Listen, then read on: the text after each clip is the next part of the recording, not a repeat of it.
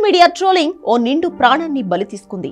తనపై సోషల్ మీడియాలో వస్తున్న ట్రోలింగ్స్, కామెంట్స్ తట్టుకోలేక ఓ ఐటీ ఉద్యోగిని రమ్య చెన్నైలో ఆత్మహత్య చేసుకుంది. దాదాపు నెల రోజుల క్రితం చెన్నైలో ఓ బాబు అపార్ట్మెంట్ బాల్కనీ నుంచి కింద పడిపోబోయాడు.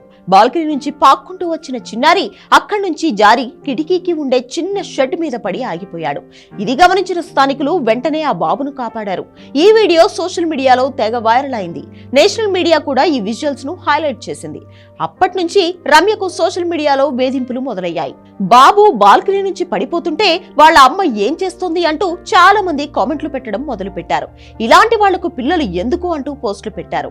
ఇక కొందరు మాత్రం మరింత దారుణంగా ఫెయిల్యూర్ మదర్ అంటూ హ్యాష్ ట్యాగ్ కూడా ఇచ్చారు.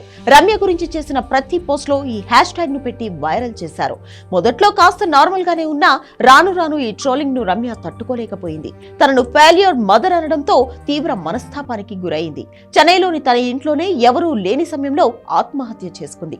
దీంతో ఈ ట్రోలింగ్స్ పై చాలా మంది అసహనం వ్యక్తం చేస్తున్నారు. అనుకోకుండా జరిగిన పొరపాటుకు రమ్యను దోషిని చేసి ప్రాణం తీశారంటూ మాట్లాడుకుంటున్నారు. ఈ ట్రోలింగ్స్ వల్ల ఆ చిన్నారి తల్లి లేని వాడిగా మిగిలిపోయాడు. నిజానికి ట్రోలింగ్ అనేది దరిద్రం. అది ఉన్నా ఒక స్థాయి వరకు బానే ఉంటుంది. ఇలా ప్రాణాలు తీసుకునే స్థాయిలో ఒక మహిళను ట్రోలింగ్స్ కు గురి చేయడం దారుణం అంటున్నారు. ఇలాంటి వాళ్లపై చర్యలు తీసుకుంటేనే సొసైటీలో మార్పు వచ్చే అవకాశం ఉంటుంది అంటున్నారు ఈ న్యూస్ తెలిసిన వాళ్ళు.